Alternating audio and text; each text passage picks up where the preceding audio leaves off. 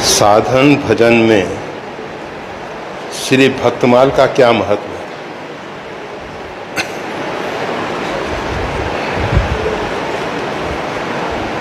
साधन भजन में सबसे अधिक भगवत प्रेम का महत्व है और भगवत आश्रित जो भक्त हैं उनके प्रति जो हमारा आंतरिक लगाव है उसका महत्व है। भक्तमाल के रचयिता श्री नाभा स्वामी जी महाराज, ऐसा कहा जाता है नाभा स्वामी जी गुरुदेव की सेवा में संलग्न थे। गुरुदेव बैठे हुए ध्यान कर रहे थे। गर्मी का मौसम था। नाभा जी पंखे से हल्के हल्के हवा कर रहे थे। अचानक गुरुदेव के ध्यान में व्यवधान पैदा हुआ।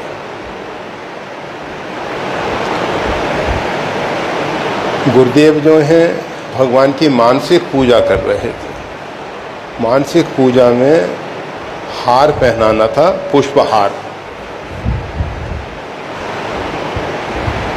भगवान को मुकुट धारण करा दिया गया था। मुकुट धारण कराने के बाद माला पहनाने में थोड़ी सी समस्या आ रही थी। उसी समय उनके किसी भक्त ने, जो समुद्र से जहाज के द्वारा व्यापार के लिए बहुत कुछ सामान लेके जा रहा था, और वो जहाज जो है झंझावात में फंस गया। ये साइक्लोन, चक्रवात।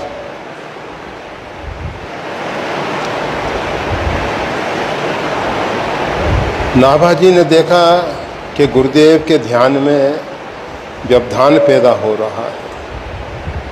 उन्होंने पंखे से हवा करके उस झंझावात को दूर पहुंचा दिया और जहाज सुरक्षित हो गया।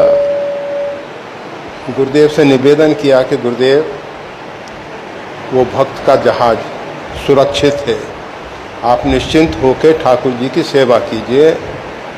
ये जो माल्यार्पण करना है, माला को खोल के पीछे से धारण करा दीजिए। गुरुदेव ने मानसिक पूजा पूरी की। पूजा के उपरांत उन्होंने पूछा, वत्स, तुमको मेरे अंदर की नाभि की बात कैसे मालूम पड़ी?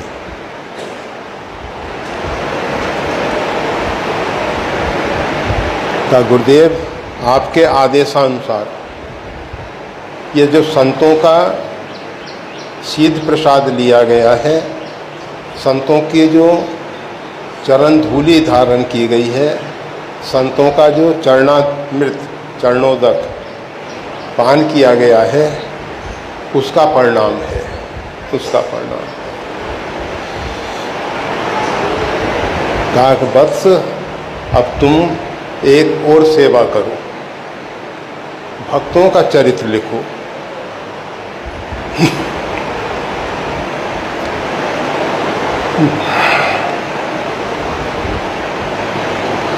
जन साधारण तक भक्तों का चरित्र पहुँचे।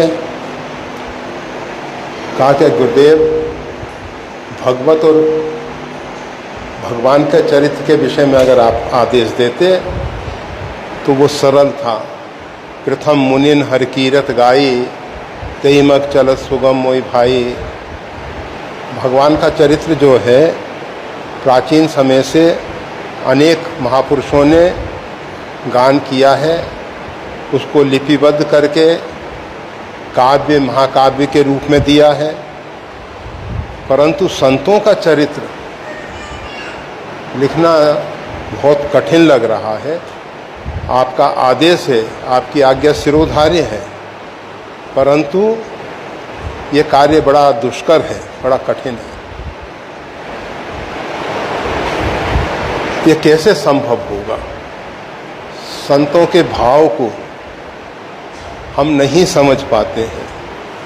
संत किस प्रकार से, किस प्रकार की लीला में मग्न है।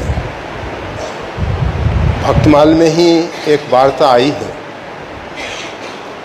उसमें कहा गया है एक भगवान के भक्त, आजकल की भाषा में कहें तो दिव्यांग और वास्तविक विकलांग, शरीर से विकलांग थे।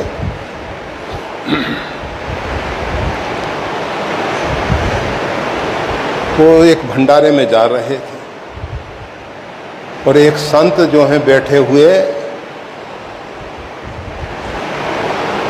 भगवान की लीला का खुले नेत्रों से दर्शन कर रहे थे और भगवान की उस लीला को देख के उनको बड़ी हंसी आई। तो वो जो विकलांग संत जा रहे थे, उनको लगा कि मेरे को देख के हंस रहे हैं।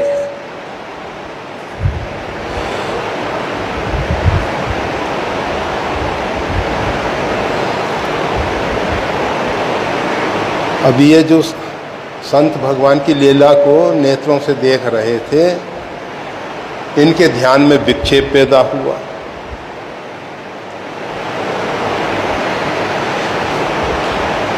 बहुत कोशिश की, भगवान की लीला दिखनी बंद हो गई। अपने गुरुदेव के पास गए, गुरुदेव मेरे से कौन सा ऐसा अपराध हो गया जिसके कारण भगवान के लीलाओं का दर्शन नहीं हो रहा है? कहा आपसे कोई वैष्णव अपराध हुआ है? निज अपराध रिसाई न काऊ, भगवान जो हैं अपने अपराध से नाराज नहीं होते हैं। जो अपराध भगत कर करई, राम रोष पावक सो जरई। जो भक्ता अपराध करता है, जो वैष्णव अपराध करते हैं, वो भगवान की क्रोधाग्नि में जल के भस्म हो जाते हैं। कहा भगवान मैंने तो ऐसा कोई अपराध नहीं किया है। ठीक है, अनजान में कोई अपराध हो गया होगा। कहा वो अपराध मेरे को कैसे मालूम हो जिससे मैं उसका प्रायश्चित कर सकूं? कहा ऐसा करो, संतों को एक समष्टि भंडारा दो जिसमें सभी संत पधारें, और जब संत प्रसाद पाना प्रारंभ कर दें, उस समय सभी संतों को सामूहिक रूप में साष्टांग प्रणाम करके उनसे प्रार्थना करना, निवेदन करना, संत भगवान मेरे से जो भी अपराध हुआ हो, जान में अनजान में, कृपा करके आप उसको क्षमा कर दें। अब वो जो विकलांग संत थे वो उठ के खड़े हो गए। उन्होंने कहा हाँ, अभी तो बड़े भक्त बन रहे हो, क्षमा याचना कर रहे हो। उस समय हमको देख के हंस रहे थे। कहा भगवान प्रसाद पा लीजिए, फिर कृपा करके कुटी पे पधारिए। उन विकलांग संत को वो कुटी पे लेके आए। कहा कि मैं आपको देख के नहीं हंसा था, उस समय मैं ठाकुर जी की लीला देख रहा था। भगवान श्री कृष्ण और राधा रानी एक उद्यान में विचरण कर रहे थे। बड़े सुंदर पुष्प लगे हुए थे। राधा जी ने कहा कि वो फूल मेरे को उतारने हैं। भगवान ने राधा जी को ऊपर उठा दिया और वो पुष्प उतारने लगी। राधा जी ने एक हाथ से उस वृक्ष की शाखा का अवलंब ले लिया भगवान ने छोड़ दिया। अब राधा जी एक हाथ से ऐसे लटक गईं और उस लीला को देख के मेरे को हंसी आ गई।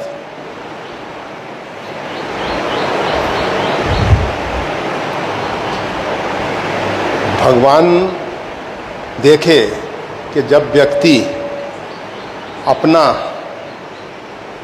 अवलंब स्वयं ले लेता है तो भगवान फिर उसको छोड़ देते हैं। जब तक हम पूर्ण रूपेण भगवान के लिए अपने आप को समर्पित नहीं करते तब तक भगवान पूर्ण रूपेण हमारा भार नहीं वहन करते। तो भगवान की ये दिव्य लीला देख के मेरे को हंसी आ रही थी कि देखो भगवान कैसा कौतुक कर रहे हैं। राधा जी एक हाथ से पकड़ी हुई लटकी हुई हैं। उन विकलांग संत ने कहा कि मेरे से भूल हो गई, मैंने आप जैसे विशुद्ध संत पे आरोप किया कि आप मेरे को देख के हंस दिए, मेरा उपहास किए। अब उनके दोनों परस्पर प्रेम से मिले और दोनों के अंदर की जो भ्रांत धारणा थी वो दूर हुई और वो फिर आप बड़े प्रेम से मिले। फिर उनको दिव्य लीलाओं का दर्शन होने लगा। तो नाभाजी ने गुरुदेव से निवेदन किया कि प्रभु संत किस स्थिति में क्या कर रहे हैं वो हमें नहीं समझ में आता है। हम तो उनकी बाह्य लीला को देख के अपने मन की कलुषिता के कारण कुछ भी उसमें आरोपण कर देते हैं। हमसे संतों का चरित्र लिखना संभव नहीं है। गुरुदेव ने कहा जब तुम मेरे नाभि की बात समझ सकते हो, मेरे अंतर की बात समझ सकते हो, तो इसी प्रकार से संतों के अंदर क्या भाव है उसको भी जान सकोगे। फिर गुरुदेव के आदेशानुसार नाभाजी ने इस भक्तमाल की रचना की है। भक्तमाल में भक्ति भक्त भगवंत गुरु चतुर नाम बपु एक, इनके पद बंधन कीने नासई विघ्न अनेक। भक्ति भक्त भगवंत और गुरु ये कहने के लिए चार हैं, परंतु बपु एक, एक शरीर के चार अंग हैं। शरीर जैसे एक माला है, भक्तमाल की रचना है तो माला में चार अंग हैं।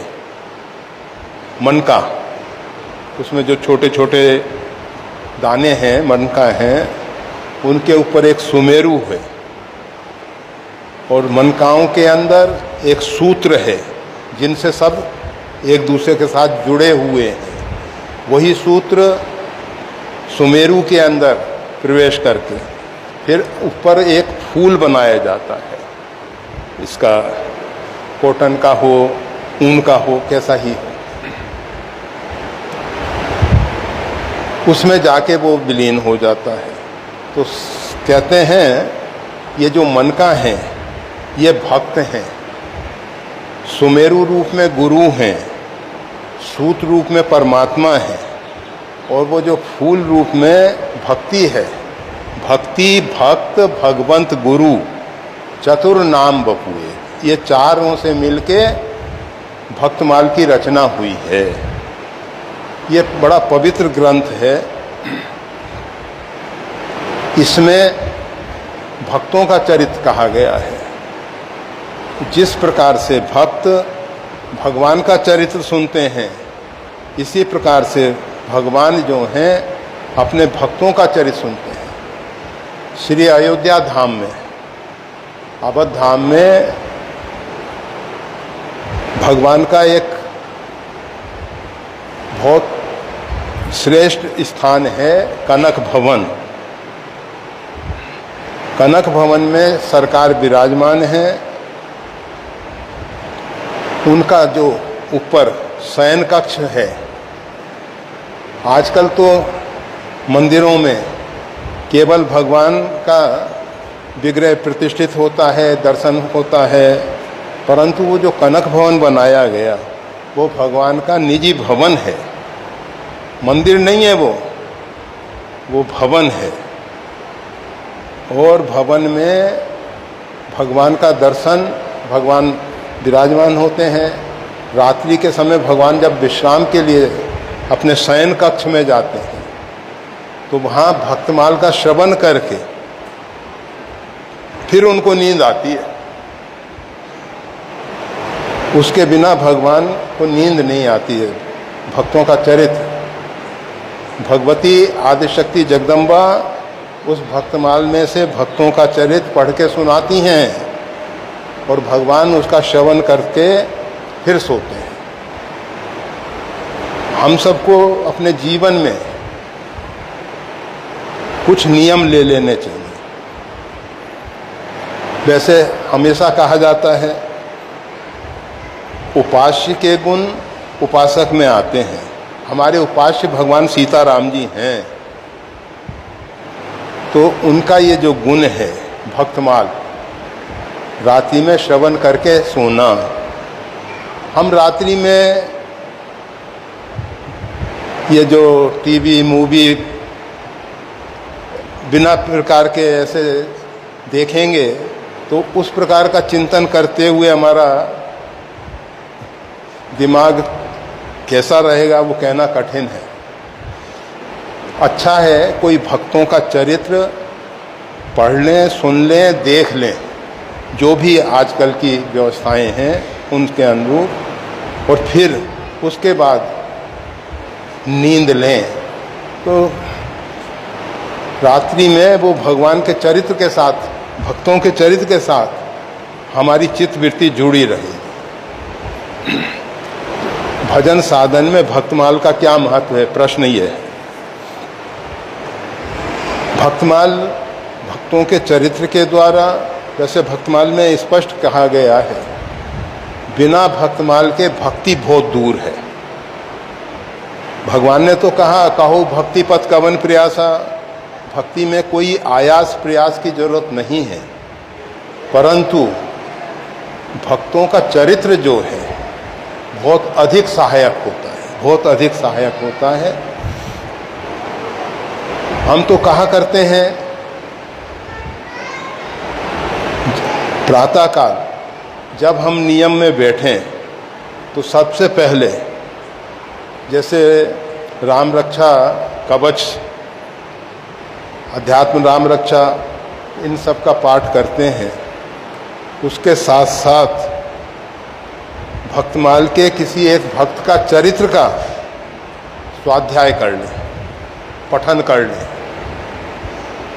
और उस प्रकार के चिंतन के साथ फिर जब हम अपना नित्य नियम करेंगे तो हम पाएंगे कि हमारी मनोवृत्ति जो है ज़्यादा भगवान के समीप होगी।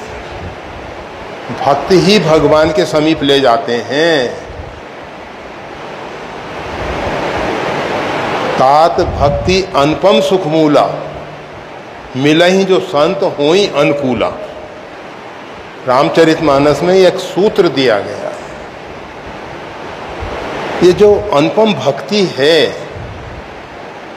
ये तभी प्राप्त होती है, मिलहि जो संत होई अनुकूला।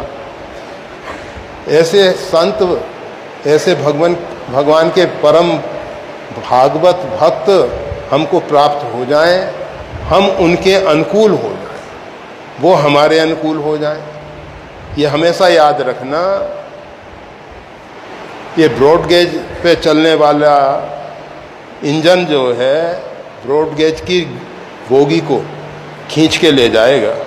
अगर उसके साथ नैरो गेज की, अभी नैरो गेज तो बंद हो गया है, परंतु कहीं कहीं हो सकता है रह भी गया हो, तो वो नैरो गेज की या मीटर गेज भी धीरे धीरे सब बंद हो रहे हैं। अब तो बोगी को लगा दिया जाए। इंजन तो है ब्रॉड गेज का और बोगी जो है नैरो गेज अथवा मीटर गेज की है तो बोगी की हालत खराब हो जाएगी। अगर इसके विपरीत ब्रॉड गेज की बोगी है और इंजन, गाड़ी चलने वाली नहीं है, इंजन उस पर नहीं चल सकेगा, तो मिला ही जो संत हो ही अनुकूल। हम भगवान के संतों के अनुकूल बने, संत भगवंत हमारे अनुकूल हों। भक्ति को पाने के लिए संतों को अनुकूल बनाना है, भक्तों को अनुकूल बनाना है, हमको उनके अनुकूल बनना है। जिस प्रकार से वो हैं उसी प्रकार से हमको भी होना पड़ेगा, तभी हम भजन साधन में आगे बढ़ सकते हैं, अन्यथा हम भजन साधन में आगे नहीं बढ़ सकते। तो ये जो भक्तमाल ग्रंथ है ये आपको भजन साधन में बहुत अधिक सहयोगी है, बहुत अधिक सहयोगी है। इसका प्रयोग करके देखो। रात्रि में सोते समय भक्तों का चरित्र पढ़ के सुन के निद्रा देवी की शरण में जाएं, और प्रातःकाल जब नित्य नियम में बैठें तो भक्तों का चरित्र पढ़ के फिर नित्य नियम करें। आप पाएंगे भजन में आनंद आने लगेगा, भजन में रस मिलने लगेगा। और जब भजन का रस मिलता है, भजन का आनंद मिलता है, तो फिर ये 2-5 घंटे जो साधन भजन के हैं ना, ये छोटे हो जाते हैं। लगता है कि बहुत कम समय मिलता है, ये घड़ी बहुत जल्दी ये दौड़ जाती है। जब तक भगवान के चरणों में अनुराग नहीं है, प्रेम नहीं है, तब तक वो 2-3 घंटे भारी हो जाते हैं। कुछ लोग ऐसे हैं जो नित्य नियम के नाम पे बैठ तो जाते हैं, उठ भी जाते हैं, बैठ भी जाते हैं, मतलब रात्रि से उठ जाते हैं, नित्य नैमित्तिक कर्म करके फिर नियम में बैठ जाते हैं। परंतु बाहर के निरर्थक चिंतन करते करते माला इत्यादि पूरी कर लेते हैं और हो गया नियम। ये कोई नियम है क्या? अनेक अनेक प्रकार के निरर्थक चिंतन में हम समय व्यतीत करते हैं, माला भी घुमा लेते हैं, मंत्र भी जाप हो जाता है, और जो भी राम पंचांग है उसका स्वाध्याय भी हो जाता है, सब हो जाता है, परंतु केवल निरर्थक चिंतन किया गया। तो इससे जो लाभ मिलना चाहिए, फिर कहते हैं कि 36 साल हो गए, 50 साल हो गए, करते करते कुछ होता ही नहीं। अरे क्या किया है हमने? निरर्थक चिंतन किया है, अपने आप को धोखा दिया है, दूसरों को धोखा दिया है कि नित्य नियम कर रहे हैं। परमात्मा को तो धोखा दे नहीं सकते, वो अंतर्यामी सब जानता है। परंतु दूसरों को हम के हाँ बड़े भक्त हैं, रोज 2 बजे उठ जाते हैं, इतने देर तक नित्य नियम करते हैं, भजन साधन करते हैं। तो ऐसे दंभी व्यक्ति भगवान को प्रिय नहीं है। मोहि कपट छल छिद्र ना भाव, निर्मल मन जन सो मोहि पाप। जब तक हमारा अंतःकरण निर्मल नहीं होगा, भगवान की भक्ति में सरल स्वभाव, न मन कुटलाई, बालक जैसी सरलता हो, निश्चल भाव से हम भजन साधन करें तभी, और नहीं तो करते रहो जन्म जन्मांतर तक। तो ये जो भक्तमाल है,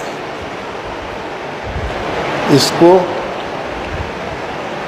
अधिकारी वक्ताओं के द्वारा, संतों के द्वारा श्रवण करें और नियम से पहले पठन करें और रात्रि में शयन से पूर्व श्रवण करें। आजकल तो क्या हो रहा है, भक्तमाल को उसके जो छप्पे हैं नाभ्या स्वामी जी ने छप्पई में इसकी रचना की है। उनको बारीक लिपिबद्ध करके, मतलब यंत्रों के माध्यम से एक गले में ताबीज बना देते हैं। बड़ा भक्तमाल ग्रंथ एक गले में धारण करके चला गया आज वहां सरकार।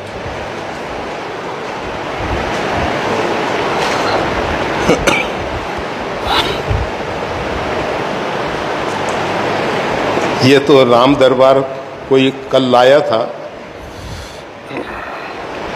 और इसी प्रकार का एक भक्तमाल का छोटा सा वो आता है, वो गले में। बहुत से महात्माओं को देखा है, बहुत से भक्तों को देखा है धारण कर रहे हैं।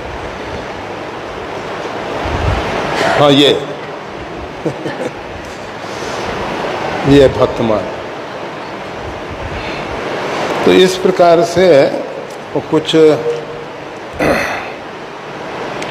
ऐसी वार्ता कही जाती है। एक समय था जब भक्तमाल को हाथ से लिख के वितरित किया जाता था। हस्तलिखित कृतियाँ वितरित होती थीं। उस समय ये प्रेस इत्यादि की व्यवस्था नहीं थी। तो एक संत ने एक भक्त को एक भक्तमाल की हस्तलिखित कृति दी। कहा, महाराज हमारे पास तो समय नहीं है, हम इसका स्वाध्याय इत्यादि नहीं कर सकते, क्या करेंगे? उन्होंने कहा कि कुछ नहीं, तुम इस भक्तमाल को ले जाके अपने पूजा स्थान में रख देना और नित्य प्रति इसकी पूजा की। और जब कोई कठिन समय आए तो इसको अपने हृदय पे, छाती पे लगा ले, रख लेना। अब बस वो नित्य प्रति उस पर पत्र पुष्प चढ़ा के धूप दीप इत्यादि कर दिया करते थे। जब शरीर का देहावसान का समय आया तो चारों तरफ से नकारात्मक शक्तियाँ, ऊर्जा उनको भिन्न भिन्न नाम रूप में दिखाई देने लगे। उसको देख के भयभीत हुए। उन्होंने अपने बेटे से कहा, अरे वो भक्तमाल ग्रंथ ला के मेरी छाती पे रख दो। पुत्र ने वो भक्तमाल ग्रंथ उनके वक्षस्थल पे रख दिया। और उन्होंने देखा कबीर साहब आ रहे हैं, गोस्वामी तुलसीदास जी आ रहे हैं, स्वामी अनंतानंद जी आ रहे हैं, बड़े बहुत से संत आ रहे हैं। और मैं बहुत आनंदपूर्वक इन सब संतों की जो आशीर्वाद है उससे प्रसन्नचित होके भगवान के धाम में जा रहा हूँ। उसी संत के उपदेश से ये भक्तमाल, अब लोग सब इसको छाती पे रखने लग गए। पंचमाला है ये, और इसके साथ साथ ये भी अच्छी बात है। तो पूछा गया है भक्तमाल भजन साधन में किस किस प्रकार से सहयोगी हो सकता है। तो भक्तमाल जो है सब प्रकार से सहयोगी है। इन पवित्र ग्रंथ का सम्मान पूर्वक, आदर पूर्वक नित्य प्रति तुलसी पत्र पुष्प चढ़ा के पूजन करें।